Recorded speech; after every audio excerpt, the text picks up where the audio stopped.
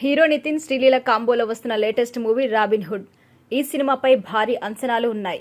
అయితే మొదట్లో అంతగా బజ్ లేదు, కానీ ఒక్క పాటలో జనాల్లో సినిమాపై అటెన్షన్ క్రియేట్ అయింది. సినిమాకి కావాల్సినంత బజ్ క్రియేట్ చేసిన పాట అదిదా సర్ప్రైజ్.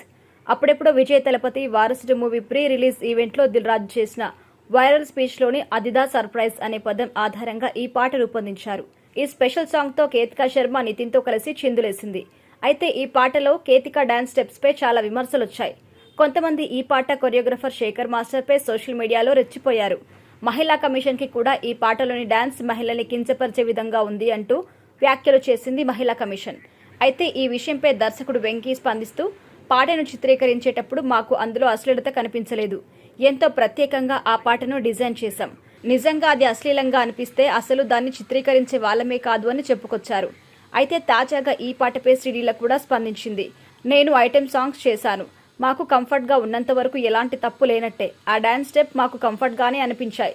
అందులో ఎలాంటి సమస్య లేదు. ఇది ఆమె అంటే కేతికా స్వేచ్ఛ అని చెప్తూ, మహిళా కమిషన్ చర్యలపై నేను మాట్లాడలేను. వారు సమాజానికి ఏది మంచిదో నిర్ణయించగలరు. ఒక నటిగా నా అభిప్రాయం మాత్రం, నాకు ఇబ్బంది లేనంత వరకు ఎలాంటి సాంగ్స్ అయినా చేస్తాను అని తన అభిప్రాయాన్ని వ్యక్తం చేసింది శ్రీలీల.